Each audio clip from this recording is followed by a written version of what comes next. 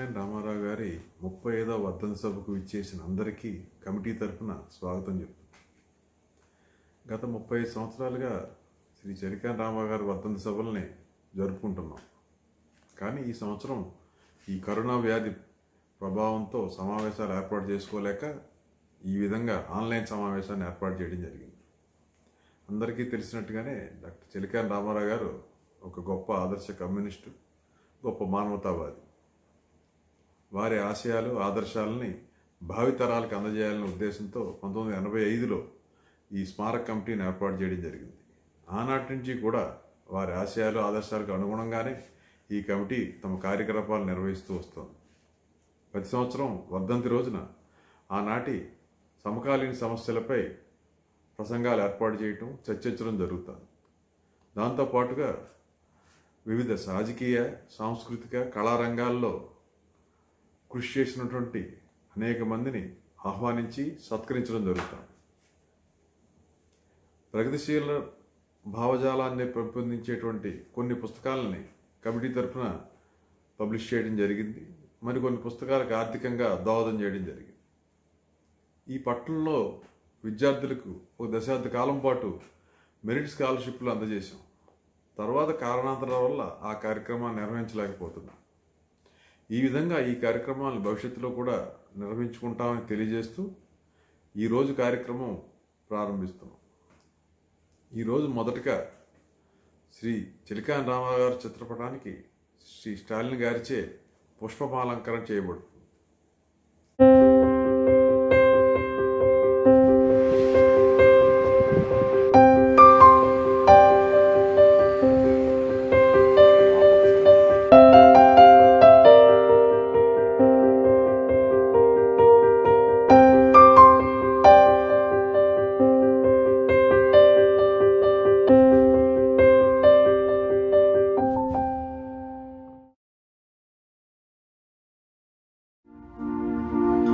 దేశమును ప్రేమించుమన్నా, మంచి అన్నది పెంచుమన్నా.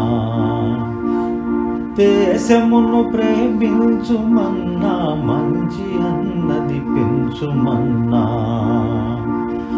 ఒట్టి మాటలు కట్టి పెట్టోయ్, గటి మేతల పెట్టవోయ్. దేశమును ప్రేమించుమన్నా, మంచి అన్నది పెంచుమన్నా.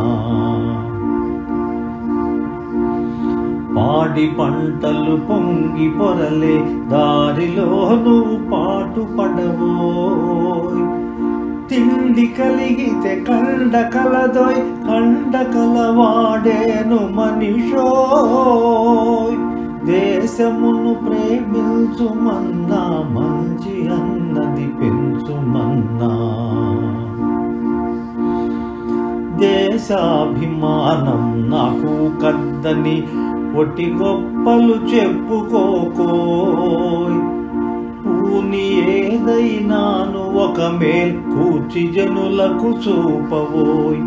దేశమును ప్రేమించుమన్నా, మంచి అన్నది పెంచుమన్నా. చట్టపట్టాలు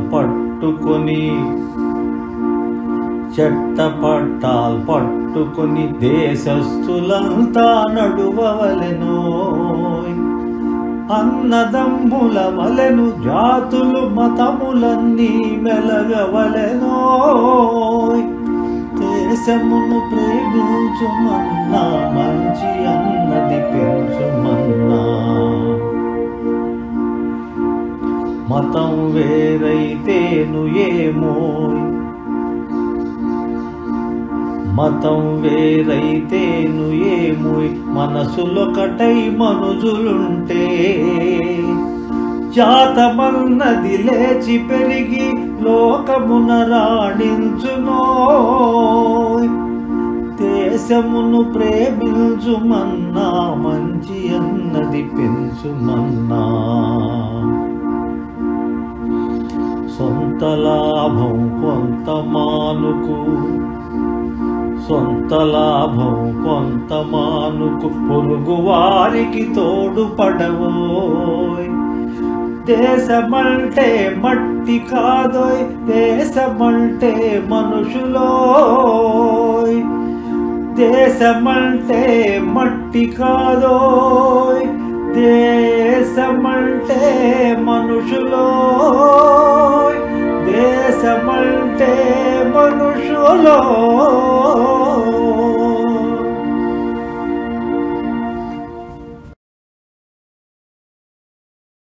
ఈరోజు మనకు ప్రధాన ఉపన్యాసకులుగా శ్రీ బిక్కిన బాలకృష్ణ గారు, చెలికాని కృష్ణమోహన్ గారు వారి ఉపన్యాసాలు అందజేస్తారు.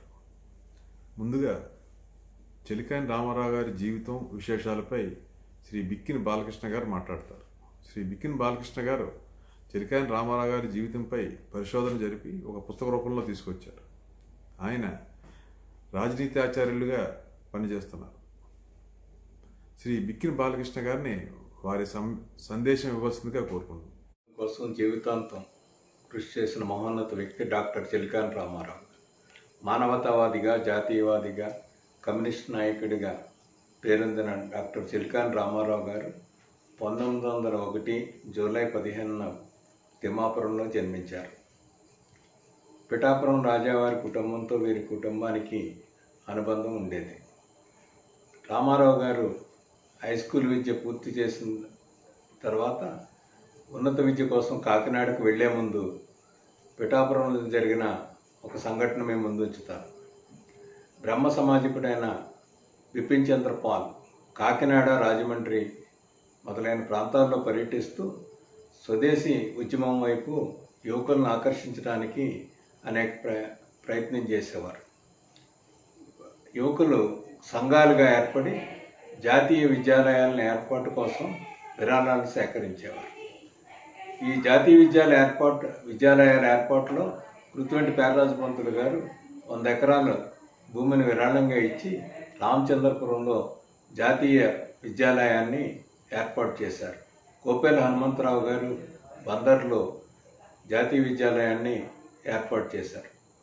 వీటి స్ఫూర్తితో రామారావు గారు హై స్కూల్ విద్యార్థిగానే జాతీయ విద్యాలయాలకు విరాళాలు సేకరించి పంపించేవారు.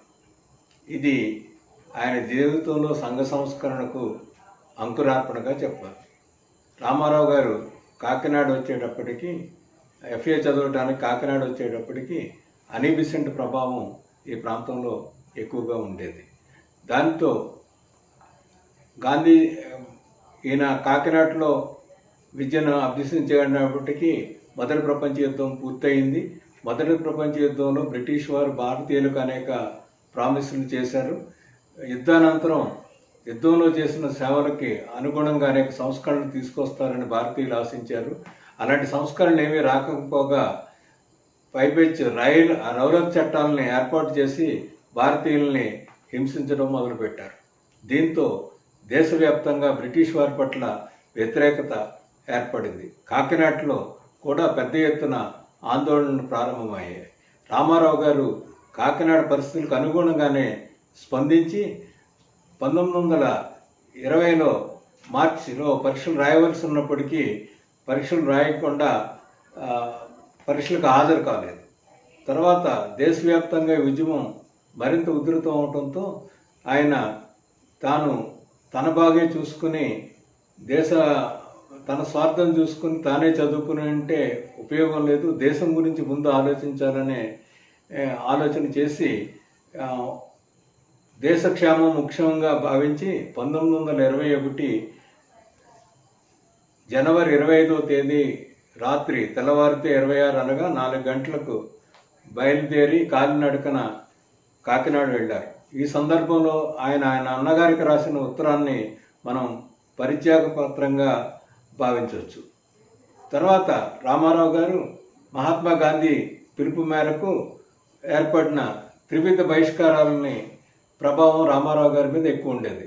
రామారావు గారు 3 రకాలైన గాంధీజీ పిలుపునిచ్చిన boycott of schools, colleges and legislative కౌన్సిల్స్కి రామారావు గారు స్పందించారు.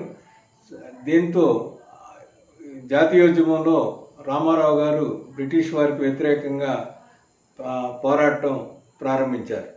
తర్వాత రామారావు గారు మద్యపాన వ్యతిరేక ఉద్యమానికి తీవ్రమైన కృషి చేశారు. మద్యపాన ఉద్యమాన్ని సారా కొట్లకు వ్యతిరేకంగా ఉప్పాడులో సత్యాగ్రహం చేశారు.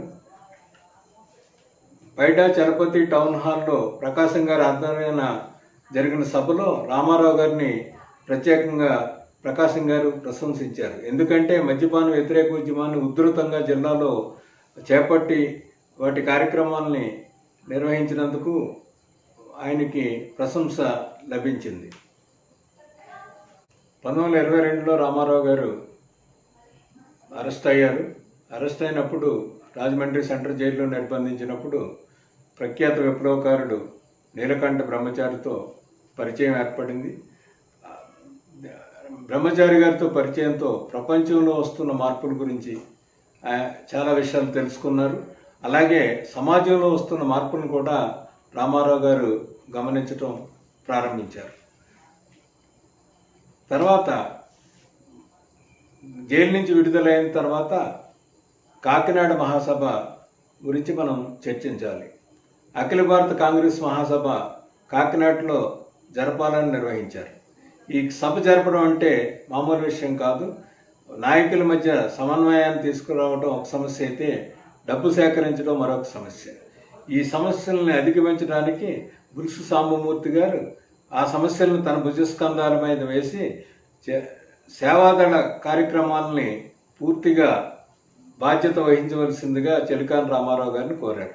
సేవాదళ కార్యకర్తల సేకరణ, వేలాది మందికి భోజనాల ఏర్పాట్లు, వారికి వసతి, వారికి కావలసిన అన్ని ఏర్పాట్లు చేయటానికి రామారావు గారు సేవాదళ నాయకత్వం వహించారు. ఆనాటి 14 సంవత్సరాల దుర్గాభయంతో కలిసి దీనికి కాకినాడ సేవాదళానికి పేరు తీసుకొచ్చారు. అంటే కాకినాడలో అఖిల భారత కాంగ్రెస్ మహాసభ జరగటానికి సేవాదళ కార్యకర్తలు సేకరించి సభ విజయవంతం చేయటానికి చెలికాని రామారావు గారు చేసిన కృషి మరువరానిదని మనం చెప్పొచ్చు. తర్వాత దుర్గాభయంతో కలిసి ఈ కాకినాడ మహాసభని సక్సెస్ అయిన తర్వాత నిజాం సంస్థానంలోని అనేక మంది ఈ కాకినాడ మహాసభకు వచ్చారు. ఇక్కడ నిజాం సంస్థాన చరిత్ర గురించి మనం గమనించాలి. నిజాం సంస్థానంలో వార్తాపత్రికలు చదవటమే పెద్ద అపరాధంగా భావించే రోజుల్లో వారు కాకినాడ వచ్చి నిజామాంధ్ర మహాసభలు జరిపారు. ఈ సభలకి మాటపాటి హనుమంతరావు గారు, అనే మహాదేవరావు గారు లాంటి వాళ్ళు ఇక్కడకు అటెండ్ అయ్యారు. దీంతో రామారావు గారికి వారితో సన్నిహిత సంబంధం ఏర్పడింది.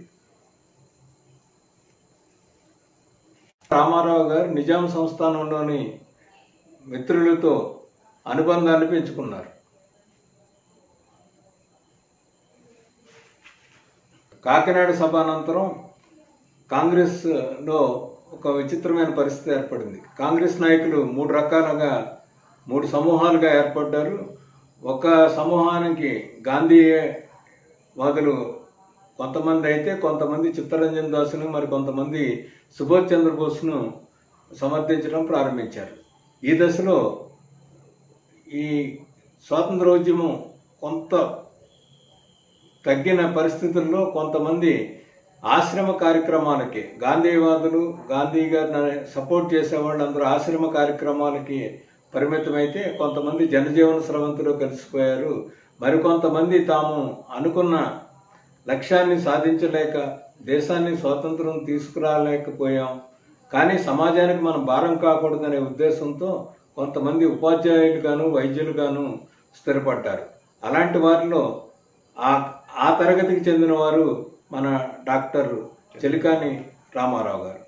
తర్వాత ఈ సందర్భంలో రామారావు గారు సమాజానికి భారం కాకూడదనే ఉద్దేశంతో 1921లో తాను వదిలేసిన ఇంటర్మీడియట్ను పూర్తి చేసి వైద్య విద్యలో చేరాలని నిర్ణయించుకున్నారు. వైద్య విద్యలో చేరాలి అంటే ధనం అవసరం అవుతుంది. అన్నగారిని అడిగితే ధనం ఇస్తారు, కానీ ఆయన ఇంటి దగ్గర నుంచి ధనం తీసుకోకుండా నిజాం సంస్థానంలో ఉన్న తన మిత్రుల గురించి ఆలోచించారు. వారితో చర్చించిన తర్వాత వైద్య విద్య కొనసాగాలంటే మనం హైదరాబాద్ వెళ్ళి నిజాం సంస్థానంలోని తెలుగు పిల్లలకు ఇంగ్లీష్ ట్యూషన్స్ చెప్పినట్లయితే కొంత ఫీజులు వస్తాయి. ఆ ఫీజులు తీసుకుని వైద్య విద్యలో ఫీజు కట్టడం అనేది జరిగింది. ఇక్కడ రామారావు గారి జీవితం మరో కోణంలో చూడాలి. ఇక్కడ హైదరాబాద్లోని సంస్కరణవాదులకు కేంద్రం గోల్డెన్ థ్రెషోల్డ్. సరోజినీ నాయుడు గారి ఇంటిని గోల్డెన్ థ్రెషోల్డ్గా అనేవాళ్ళు. సరోజినీ నాయుడు గారి భర్త గోవిందరాజుల నాయుడు గారు వైద్య విద్యలో రామారావు గారికి గురువు గారు. అందుచేత గోల్డెన్ థ్రెషోల్డ్లో నిరంతరం నిజాం సంస్కరణవాదులు, సంఘ సంస్కరణవాదులందరూ ఇక్కడే కలిసేవారు. ఇలాంటి కలిసిన వాటిలో మనకి ఆరుట్ల రామచంద్రారెడ్డి గారు, మాటపాటి హనుమంతరావు గారు, బద్దం ఎల్లారెడ్డి గారు, రావి నారాయణ రెడ్డి గారు మొదలైన ఎంతోమంది ఇక్కడ ఆయనతో సన్నిహిత సంబంధం కలిగి ఉండేవారు. సంస్కరణలకు నిలయం గోల్డెన్ థ్రెషోల్డ్గా చెప్పొచ్చు. వైద్య విద్యలో పరీక్షలు దగ్గర పడుతున్నప్పుడు భారతదేశంలో మరొక ఉప్పెన వచ్చింది. అది ఉప్పు సత్యాగ్రహం. బుల్సు సాంబమూర్తి గారు కోరిక మేరకు ఆంధ్ర కాంగ్రెస్ చెలికాని రామారావు గారిని రిక్వెస్ట్ చేసింది. ఇక్కడ ఉప్పు సత్యాగ్రహం గుంటూరులో కాంగ్రెస్ సభ ఒక నిర్ణయం తీసుకుంది. ఉప్పు సత్యాగ్రహాన్ని కాకినాడకు దగ్గరలో ఉన్న చల్లంగిలో ఏర్పాటు చేయాలని నిర్ణయించారు. ఆ ఉప్పు సత్యాగ్రహానికి చెలికాని రామారావు గారు రావాలని నిర్ణయించుకున్నారు. అయితే చాలామంది మిత్రులు ఇది అనాలోచితమైన చర్య అవుతుందని, వైద్య పరీక్షలు దగ్గరలో ఉండగా వైద్య విద్య పరీక్షలు దగ్గరలో ఉండగా మీరు ఉద్యమానికి వెళ్ళటం కరెక్ట్ కాదన్నారు. కానీ రామారావు గారు దాన్ని తిరస్కరించి దేశక్షేమమే ముఖ్యమని పరీక్షలు ఉన్నా లెక్క పెట్టకుండా ఉప్పు సత్యాగ్రహం కోసం కాకినాడ వచ్చారు. కాకినాడ వచ్చి మన రావు జగ్గారావు గారిని కలిసి ఉప్పు సత్యాగ్రహానికి కార్యకర్తలు పంపించమని కోరారు. అలాగే ఆయన పిలుపు మేరకు కోనసీమ నుంచి మరీ ముఖ్యంగా నాగుల్లంక నుంచి ఆరుమల్లి వెంకటరత్నం గారి ఆధ్వర్యంలో అనేక వందల మంది ఉప్పు సత్యాగ్రహానికి వచ్చి కాకినాడలో ఉప్పు సత్యాగ్రహంలో పాల్గొన్నారు. ఇక్కడ నిజాం సంస్థానంలో ఉన్నవారు, వాళ్ళకి సముద్రం లేదు కాబట్టి వాళ్ళు కూడా రావి నారాయణ రెడ్డి గారు, ఎగ్బోటే, జిఎస్ మేల్కోటే, వీళ్ళందరూ కూడా బద్దం ఎల్లారెడ్డి గారు, వీళ్ళందరూ కూడా కాకినాడ వచ్చి ఉప్పు సత్యాగ్రహంలో పాల్గొన్నారు. ఇది రామారావు గారు జాతీయోద్యమానికి సంబంధించిన విషయంగా మనం చెప్పవచ్చు. అయితే రామారావు గారి వ్యక్తిగత జీవితాన్ని కూడా మనం గమనించాలి. రామారావు గారు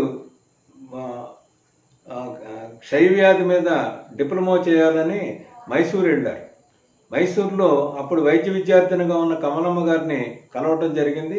కమలమ్మ గారి తండ్రి రామస్వామి నాయుడు గారు కందుకూరు వీరేశలింగం గారికి, రాజ్యలక్ష్మి గారికి సన్నిహితులు. రాజ్యలక్ష్మి గారి దగ్గరే కమలమ్మ గారు పెరగటం కూడా జరిగింది. అక్కడ రామారావు గారు 1934లో కమలమ్మ గారితో వివాహం జరిగింది. వివాహం జరిగిన తర్వాత ఆమె వైద్య విద్య ఇంకా పూర్తి కానందుకు ఈ లోపుగా రామారావు గారు హరిజనోద్ధరణ కార్యక్రమాల కోసం ఆలోచించారు. కాంగ్రెస్ వాదులకైతే విరాళాలు వచ్చేవి కానీ, లేదా విరాళాలు కానీ, లేదా కాంగ్రెస్ పార్టీ ఆర్థిక సహాయం చేసేది. కానీ కాంగ్రెస్ సోషలిస్టులు లేదా కమ్యూనిస్టులు అనే వాళ్ళకి అంత అవకాశాలు ఉండేవి కాదు.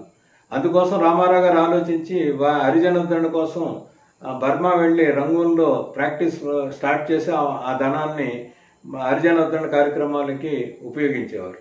అదేవిధంగా 1941 నాటికి సుభాష్ చంద్రబోస్ కాంగ్రెస్తో సంబంధం లేని కమ్యూనిస్ట్ పార్టీ ఏర్పడింది.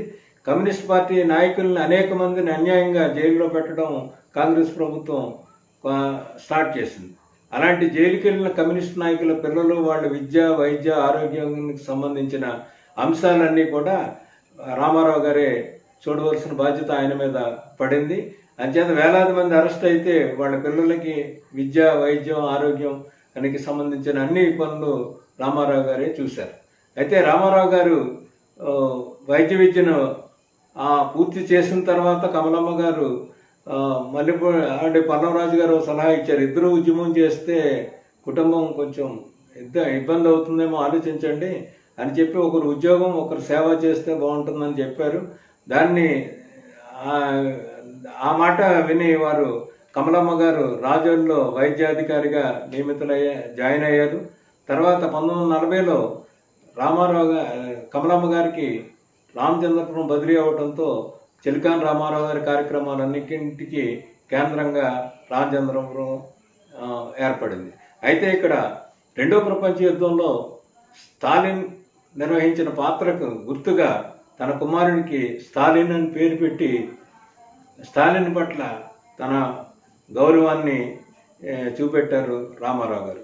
అయితే కమ్యూనిస్ట్ పార్టీ కార్యకర్తలకి ఒక నియమం ఏర్పాటు చేసింది ఆనాటి కమ్యూనిస్ట్ పార్టీ. కమ్యూనిస్ట్ కార్యకర్తలకి 2 పిల్లలే ఉండాలని నిర్ణయించారు. అందుకోసం ఉచితంగా కుటుంబ నియంత్రణ ఆపరేషన్ చేసే బాధ్యత కమ్యూనిస్ట్ పార్టీ 3 డాక్టర్లకు ఇచ్చింది. అందులో ఒకరు డాక్టర్ చిలకాన్ రామారావు గారు, రెండవ వారు ఏలూరుకు చెందిన తిలక్ గారు అయితే, మూడవ వారు నిడదవోలుకు సంబంధించిన నరసింహరాజు గారు. ఈ అంశాలన్నింటినీ మనం ఒకవైపున ఆలోచిస్తే మనం జాతీయోద్యమంలో ఆయన పాత్ర చూసాం, ఆయన వ్యక్తిగత జీవితాన్ని చూసాం. ఇప్పుడు ఆయన ఎన్నిక గురించి చూద్దాం. తనతో పాటు పనిచేసిన బుల్స్ సామూర్తి గారు ప్రజా పార్టీ తరఫున 1952లో మసలకంటి తిరుమలరావు గారు కాంగ్రెస్ తరఫున, చిలకాన్ రామారావు గారు కమ్యూనిస్ట్ పార్టీ తరఫున ఎన్నికల్లో పోటీ చేశారు. మొదటి లోక్సభ ఎన్నికల్లో ప్రచారం చేయడానికి రామారావు గారి ఆరోగ్యం సహకరించలేదు. ఆయన మద్రాసులోని తాంబరం హాస్పిటల్లో ఉండి ఏ విధమైన ప్రచారానికి వెళ్ళకపోయినా ఆ మొదటి లోక్సభ ఎన్నికల్లో రామారావు గారు గెలిచారు. 39% ఓట్లతో రామారావు గారు గెలిచారు. రామారావు గారు పార్లమెంట్లోకి వెళ్ళిన తర్వాత ఆయన అనేక విషయాల మీద స్పందించారు. ఆ దూరదృష్టితో చాలా సూచనలు ఆనాటి ప్రభుత్వానికి చేశారు. నెహ్రూ లాంటి వాళ్ళ చేత ప్రశంసలు పొందారు. పార్లమెంటులో జరిగిన విశేషాల గురించి మా మిత్రులు డాక్టర్ చలికాని కృష్ణమోహన్ గారు మీకు వివరిస్తారు. ఈ అవకాశం ఇచ్చిన డాక్టర్ చలికాన్ రామారావు మెమోరియల్ కమిటీ వారికి మరొకసారి కృతజ్ఞతలు తెలియజేస్తున్నా. చిలకాన్ రామారావు గారి త్యాగనిరతిని, దేశభక్తిని, ఆదర్శాలని చాలా చక్కగా వివరించిన శ్రీ బాలకృష్ణ గారికి స్మారక కమిటీ తరఫున ధన్యవాదాలు తెలుపుకుంటూ, ఇప్పుడు ప్రజానాట్యమండలి కళాకారులు శ్రీ ప్రేమానందం గారిచే ఒక అభిగీతం ఆలపించబడుతుంది. ఒక్కరోజైనా ఒక్కసారైనా కమ్యూనిస్టుగా బ్రతుకునేస్తమా, ఆ గొప్ప నీకు తెలుస్తుంది మిత్రమా. ఒక్కరోజైనా ఒక్కసారైనా ఒక్కరోజైనా ఒక్కసారైనా కమ్యూనిస్టుగా బ్రతుకునేస్తమా, ఆ గొప్ప నీకు తెలుస్తుంది మిత్రమా. వర్గరహిత స్వర్గమది నేస్తమా,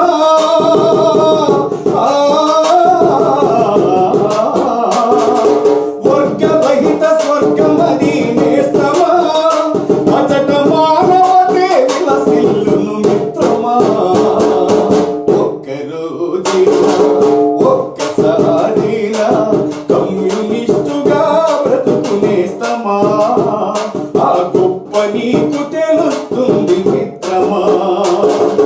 గాయపడ్డ పక్షులకు మందు చూసి మాల్పడం, రాలిపడ్డ పూమొక్కల సుమమాలగా కూర్చడం, అసహాయుల కన్నీళ్లను జాలితోటి తుడవడం, ఆకలి పేగుల ఎదుట అన్నం వెతుకవ్వడం, మనిషిని ప్రేమించడం, మట్టిని ప్రేమించడం, చెమటను ప్రేమించడం, చెట్టును ప్రేమించడం, నీ సహజ గుణమై వర్ధిల్లుతుంది. అది గులాబీల వనమై గుబారిస్తూ ఉంటుంది. ఒక్కరోజైనా ఒక్కసారైనా కమ్యూనిస్టుగా బ్రతుకునేస్తమా, ఆ గొప్ప నీకు తెలుస్తుంది మిత్రమా. కులమత ద్వేషాలు లేక పవిత్రంగా బతకడం దయాగుణం మనసు నిండ నింపుకుని మసలడం పగవారికి సైతం నీ కరచాలనమివ్వడం 10 మంది బాగుకోరి ఆలోచన చేయడం మార్పును ప్రేమించడం స్వేచ్ఛను ప్రేమించడం శాంతిని ప్రేమించడం క్రాంతిని ప్రేమించడం నీ శ్వాసగా వారిని శోభిల్లుతుంది అది అన్నార్తుల ఎదను తాకి ఓదార్పవుతుంది ఒక్కరోజైనా ఒక్కసారైనా కమ్యూనిస్టుగా బ్రతుకునేస్తామా ఆ గొప్ప నీకు తెలుస్తుంది మిత్రమా వర్గరహిత స్వర్గమని నేస్తమా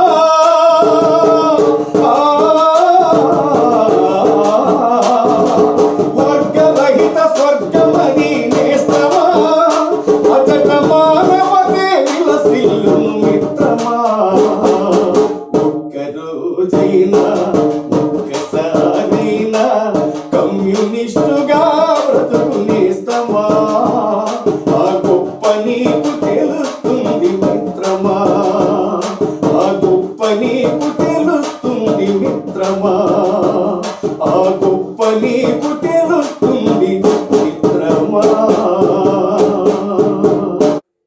చక్కటి అభ్యుదయ గీతాన్ని ఆలపించిన శ్రీ ప్రేమానందం గారికి ధన్యవాదాలు. తరువాత చిలికాని రామారావు గారు పార్లమెంట్లో చేసిన ప్రసంగాలని క్రోడీకరించి ఒక పుస్తక రూపంలో తీసుకురావడం జరిగింది. ఆ పుస్తకాన్ని జనవరి 2021లో విడుదల చేయడం నిశ్చయించుకున్నాం. ఆ పుస్తకాన్ని మనకు పరిచయం చేయవలసిందిగా శ్రీ చిలికాని కృష్ణమోహన్ గారిని కోరుకుంటున్నాం. కృష్ణమోహన్ గారు ఈ స్మారక కమిటీ సభ్యులు మరియు retired additional director in adult education. Krishnamohan గారిని వారి ప్రసంగం ప్రారంభించవలసిందిగా కోరుకుంటున్నాం. అందరికీ నమస్కారం. డాక్టర్ చిలికాని రామారావు గారి జీవిత విశేషాల గురించి, వారి త్యాగాల గురించి మిత్రులు బాలకృష్ణ గారు మాట్లాడారు. వాటికి కొనసాగింపుగా పార్లమెంట్ సభ్యునిగా రామారావు గారు చేసిన కృషిని గురించి చర్చిస్తే వారి సిద్ధాంతాలు, వారి భావాల గురించి మనకు ఒక సమగ్రమైన అవగాహన వస్తుంది.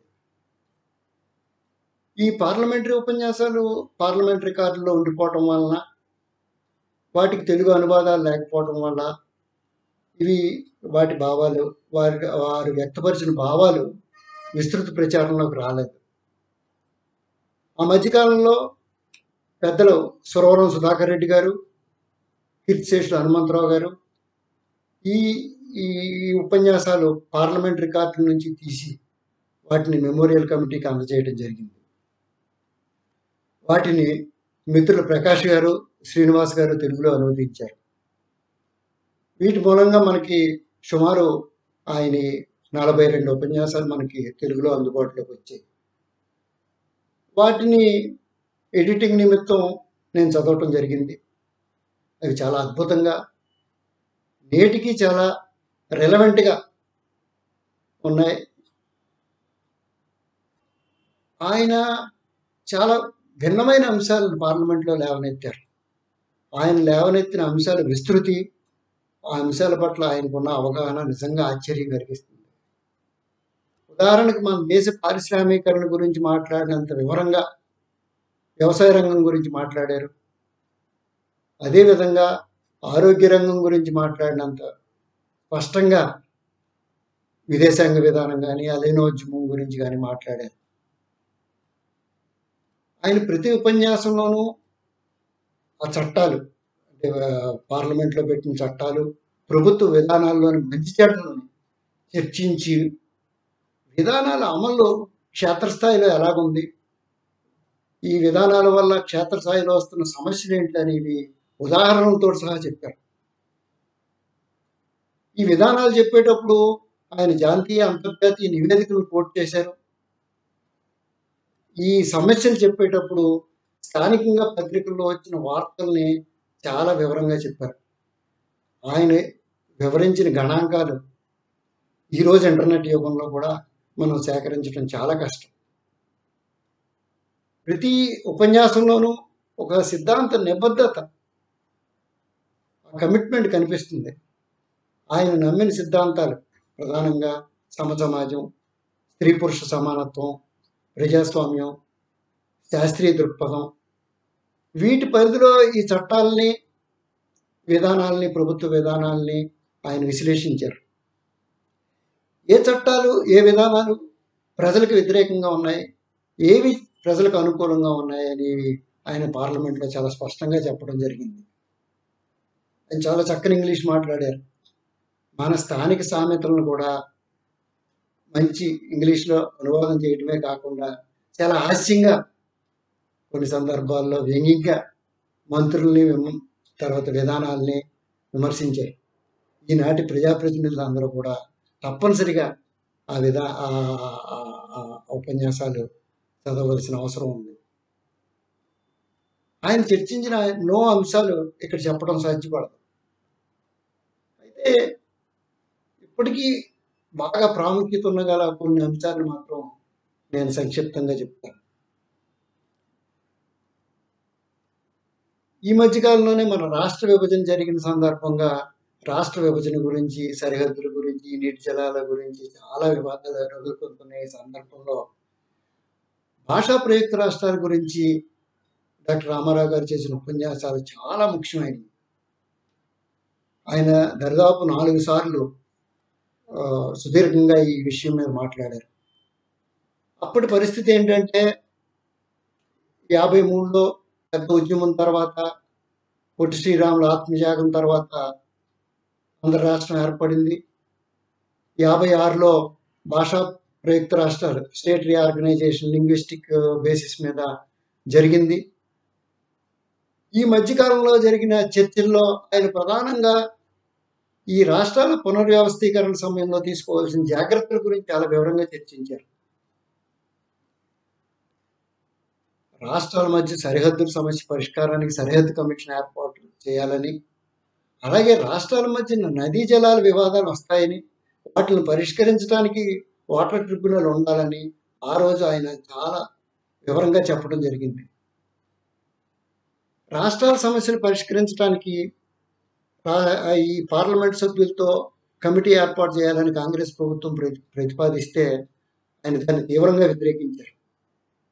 ఎందుకంటే పార్లమెంట్ సభ్యులు, ఏ రాష్ట్రానికి చెందిన పార్లమెంట్ సభ్యులు ఆ రాష్ట్రం తరపునే మాట్లాడగలరు తప్ప వాటికి వ్యతిరేకంగా న్యాయబద్ధంగా మాట్లాడలేరని, రాష్ట్రాల సరిహద్దుల సమస్యలు పరిష్కరించడానికి తప్పనిసరిగా జడ్జీలతో కమిషన్ ఉండాలని చెప్పి ఆయన వాదించడం జరిగింది.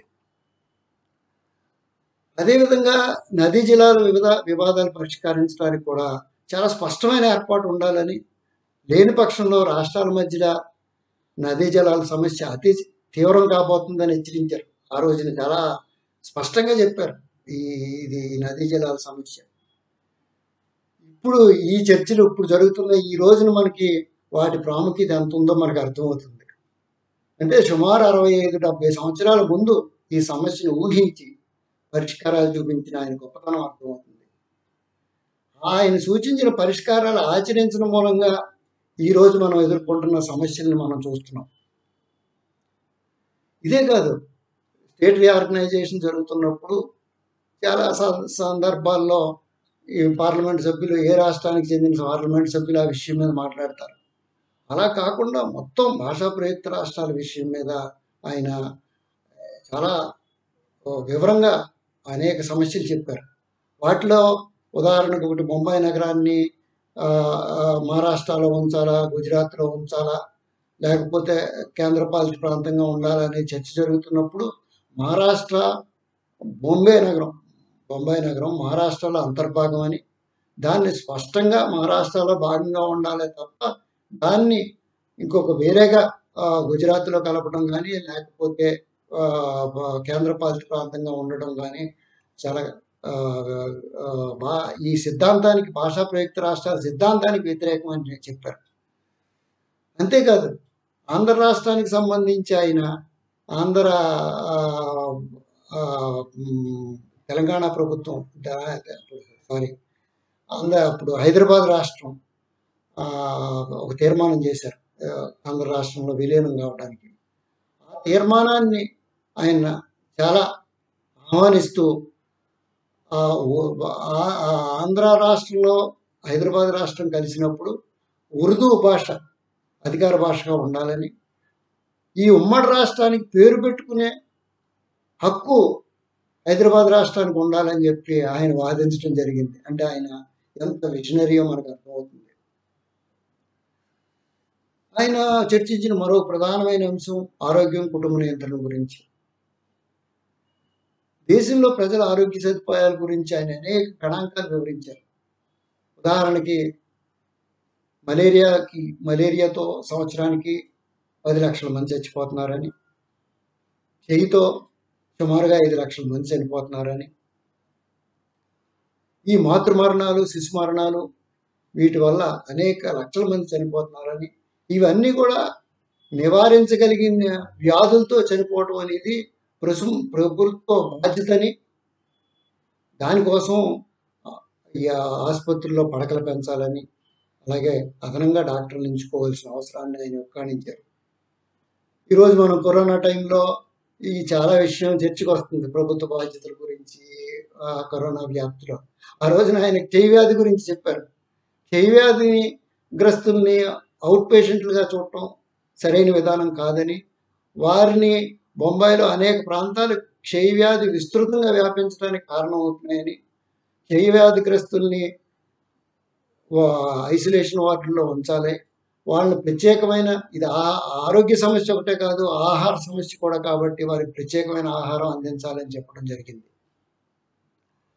ముఖ్యంగా ఆయన చెప్పిన అతి ముఖ్యమైన విషయం ఏంటంటే, వైద్యం అని ఏదో ప్రభుత్వం దాతృత్వంగా చూడకూడదని, ప్రభుత్వం బాధ్యతని, తప్పనిసరి విధిగా భావించాలని కోరారు. అలాగే ఆయన అలోపతి, ఆయుర్వేదాల గురించి, వైద్య విధానాల గురించి కూడా చాలా వివరంగా మాట్లాడారు. వీటిలన్నింటినీ కూడా ప్రామాణీకరించాలని, ఆయుర్వేదంలోని విలువలు అలోపతి డాక్టర్లు నేర్చుకోవాలని, అలోపతిలో నూతన శాస్త్ర విధానాల్ని ఆయుర్వేద డాక్టర్లు నేర్చుకోవాలని, మన దేశంలో డాక్టర్ల కొరత తీవ్రంగా ఉన్నందువల్ల ఈ ఆయుర్వేదం, అలోపతి, ఇతర వైద్యులు, గ్రామాల్లో ఉండే ఇతర వైద్యులకి 1-2 సంవత్సరాలు శిక్షణ ఇచ్చి వారందరినీ కూడా వైద్య సేవలకు ఉపయోగిస్తేనే కానీ మన దేశంలో వైద్యుల కొరత తక్షణమే తీరదని చెప్పారు. ఆయన ఆరోగ్యానికి సంబంధించి దానికి రిలేట్ చేస్తూ మరుగుదొడ్ల గురించి, పారిశుద్ధ్యం గురించి చాలా సార్లు చెప్పడం జరిగింది. ముఖ్యంగా ఈ మురికివాడల్లోనూ, రైల్వేలోనూ ఈ సెప్టిక్ లీటర్లు అప్పుడే కొత్తగా వచ్చాయి, వాటిని కట్టవలసిన అవసరం గురించి చెప్పడం జరిగింది. బహుశా పార్లమెంట్ చరిత్రలో ఏ సభ్యుడు చెప్పనన్ని సార్లు మరుగుదొడ్ల గురించి ఆయన మాట్లాడారు. ఆయన వ్యక్తిగత అభిప్రాయాలకి, ప్రభుత్వ విధానాలకి మధ్య తేడా చాలా స్పష్టంగా చూపించారు. వ్యక్తిగతంగా కుటుంబ నియంత్రణ మంచిదని, ఒక వ్యక్తి ఒక డాక్టర్ని సంప్రదించి కుటుంబ నియంత్రణ పాటించవచ్చని, అయితే దేశంలో పేదరికానికి అధిక జనాభా కారణం అనేది మాత్రం ఈ సామ్రాజ్యవాదుల పెట్టుబడిదారుల దుష్ప్రచారం అని. భారతదేశంలో అధిక జనాభాకి పేదరికానికి కారణం సంపదలో పంపిణీలోని అసమానతలే కానీ అధిక జనాభా కాదనేది ఆయన చాలా స్పష్టంగా చెప్పారు. దరిద్రానికి మూల కారణం ఆహారం లేకపోవడం కాదని, పంపిణీలోని అసమానతలే అనేది అనేక ఉదాహరణలు ఇస్తా చాలా గట్టిగా వాదించారు. ఈ అధునాతన పద్ధతులు వ్యవసాయం చేయడం ద్వారా, ముఖ్యంగా జపాన్ వంటి దేశాల్లో అవలంబిస్తున్న వ్యవసాయ విధానాల గురించి ఆయన చెప్తూ, ఇప్పుడున్న భూమి నుంచే మనం ఆధునిక పద్ధతిలో వ్యవసాయం చేయటం, అలాగే నీటి వనరులు ఏర్పాటు చేసుకోవడం ద్వారా దీంట్లో అధిక ఉత్పత్తి చేయొచ్చని, మంచి మన ఆహార కొరత తీరిపోతుంది, దాని ద్వారా తీర్చుకోవచ్చు అని చెప్పి ఆయన చెప్పడం జరిగింది. మద్య నిషేధం గురించి ఆయన ఉపన్యాసం చదివి తీరాలి. దేశంలో మద్య నిషేధం అవసరాన్ని ఆర్థిక, ఆరోగ్య, సామాజిక కోణాల్లో చాలా బాగా విశ్లేషించారు. మద్య నిషేధం వ్యతిరేకించే వారి వాదనలు కూడా బలంగా తిప్పికొట్టారు. ఉపన్యాసం ఎంత కన్విన్సింగ్గా ఉందంటే, ఖర్దేకర్ అని కొల్హాపూర్ సీనియర్ కాంగ్రెస్ సభ్యులు, కొల్హాపూర్ పార్లమెంట్ సభ్యులు, ఆయన మాట్లాడుతూ ఈయన ఉపన్యాసం అయిన తర్వాత ఆయన మాట్లాడుతూ, రాజ్యాంగ పరిషత్తులో మద్య నిషేధం అమలు చేయాలని 39 మంది మాట్లాడితే 40వ సభ్యుడిగా తాను వ్యతిరేకించానని, ఈ ఉపన్యాసం విన్న తర్వాత మద్య నిషేధాన్ని సమర్థిస్తున్నానని చెప్పడం విశేషం. సభ్యుడు అడిగారు, ఆంధ్రాలో మద్య నిషేధాన్ని ఎత్తివేయడానికి కమ్యూనిస్ట్ పార్టీ సమర్థించింది కదా అని ప్రశ్నిస్తే, మద్య నిషేధం సక్రమంగా అమలు చేయకుండా ఉంటే ఒక మనిషిని చంపేసి దహనం చేయవద్దు అన్నట్టు ఉందని, ప్రభుత్వం సక్రమంగా అమలు చేయని పక్షంలో నిషేధం ఎత్తివేయడమే మంచిదని, నిషేధం అమలు వల్ల ఉపాధి కోల్పోయిన వ్యక్తులకు ప్రత్యామ్నాయ ఉపాధులు కల్పించకుండా ఉంటే ప్రభుత్వం నిజాయితీగా మద్య నిషేధాన్ని అమలుపరచని పక్షంలో ఈ మద్య నిషేధం అమలు సాధ్యం కాదని, ఈ రెండు విషయాల్లో ప్రభుత్వం శ్రద్ధ తీసుకుని మద్య నిషేధాన్ని అమలు చేయాలని ఆయన గట్టిగా కోరడం జరిగింది. ఆయన చర్చించిన మరొక ప్రధానమైన అంశం భూ సంస్కరణ. భూ సంస్కరణలు సమాజానికి మూలస్తంభం వంటి కానీ, అవి చేయకపోతే మనం చేసే ప్రణాళికలు కానీ, మన కార్యక్రమాలు కానీ శుద్ధ దండగా అవి ప్రచారానికే మిగులుతాయి కానీ, ఈ భూ సంస్కరణలు అమలు జరగకుండా సమానత్వం రాదని, కౌలు రైతులకు రక్షణ కల్పించాలని, బంజరు భూమి లేని వ్యవసాయ కూలీలకు పంపిణీ చేయాలని వాదించారు.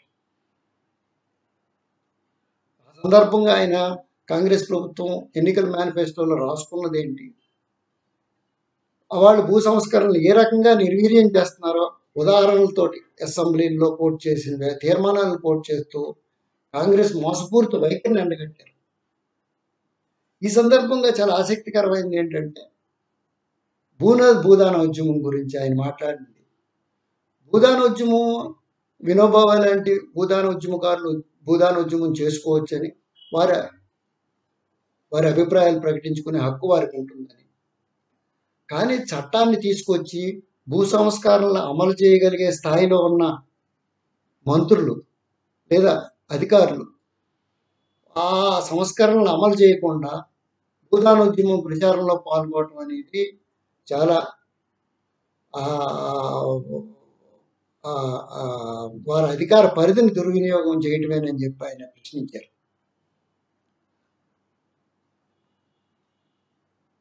ఇంకొక ప్రధానమైన అంశం పారిశ్రామికరణ.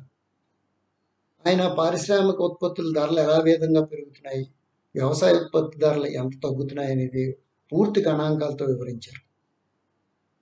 వ్యవసాయ ఉత్పత్తులు తప్పనిసరిగా మద్దతు ధర ఉండాలని, అంతేకాదు ప్రభుత్వం వ్యవసాయ ఉత్పత్తుల వ్యాపారాన్ని తనే స్వయంగా నిర్వహించాలని, అంటే స్టేట్ ట్రేడింగ్ జరపాలని, దీనివల్ల వ్యవసాయ రైతులకు మంచి ధర రావటమే కాకుండా వ్యవసాయ ఆధారిత పరిశ్రమలు పెట్టడం ద్వారా ప్రభుత్వానికి మంచి ఆదాయం పొందొచ్చు అని చెప్పి ఆయన సూచించడం జరిగింది. ఎక్కువ ఉద్యోగ అవకాశాలు కల్పించే జౌళి పరిశ్రమ, చేనేత పరిశ్రమ, పట్టు పరిశ్రమ, తోళ్ల పరిశ్రమ గురించి వివరంగా చర్చించారు.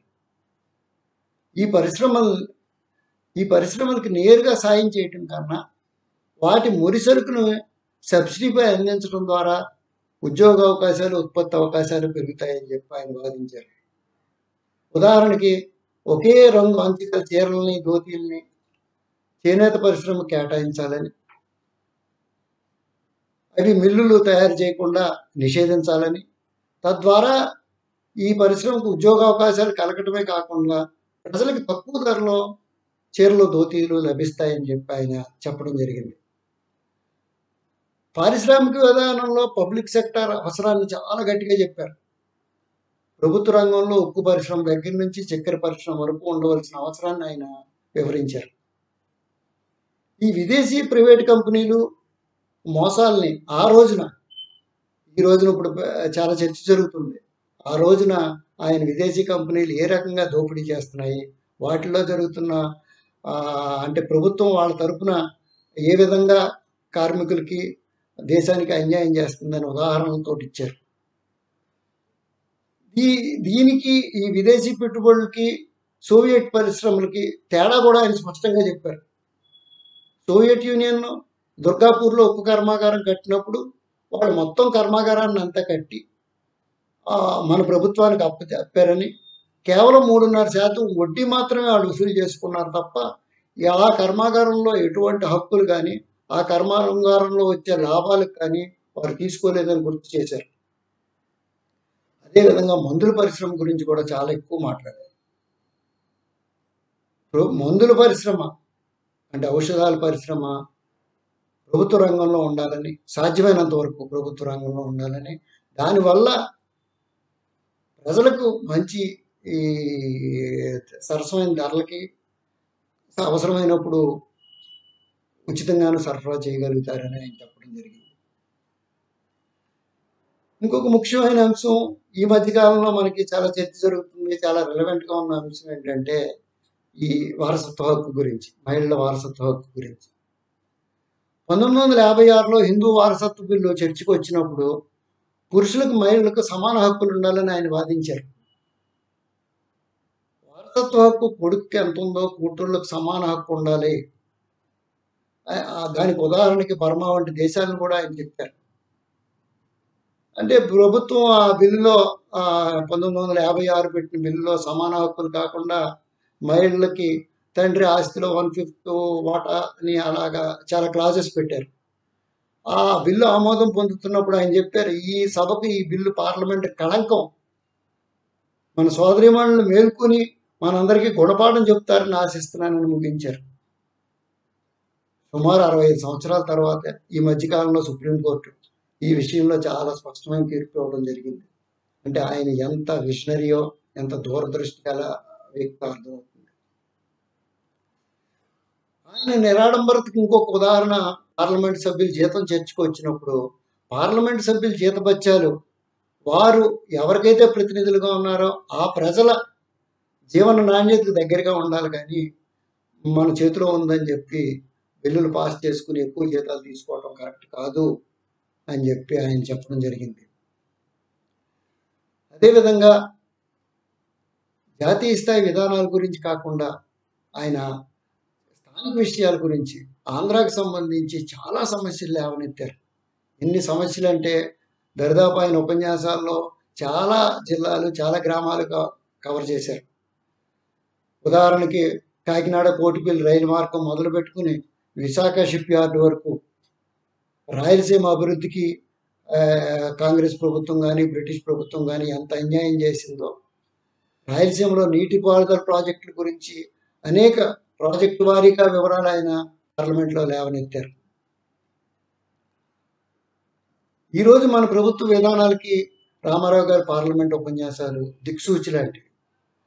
ఆనాటి ప్రభుత్వ విధానాలు ఏ దిశలో వెళ్తున్నాయి, వాటి వల్ల రాబోయే ప్రమాదాలు ఏంటనేది ఆయన చాలా స్పష్టంగా చెప్పారు. ఆయన సూచించిన విధానాలు పాటించిన దగ్గర మంచి విజయాలు సాధించాం.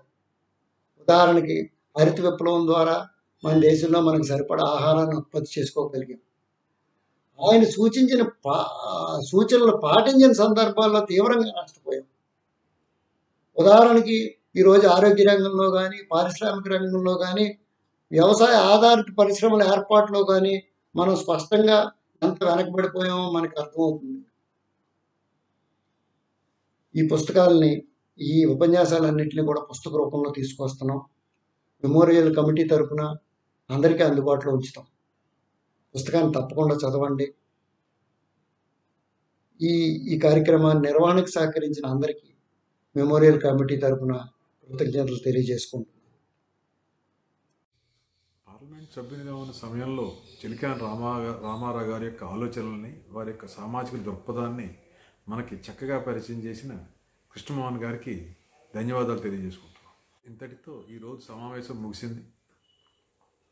చిలికాని రామారావు గారి 35వ వర్ధంతి సభను ఆన్లైన్లో వీక్షించడానికి వచ్చిన మీ అందరికీ, తమ చక్కటి ఉపన్యాసాలతో మనని అలరించిన శ్రీ బాలకృష్ణ గారికి, శ్రీ కృష్ణమోహన్ గారికి స్మారక కమిటీ తరఫున ధన్యవాదాలు తెలియజేసుకుంటున్నాం.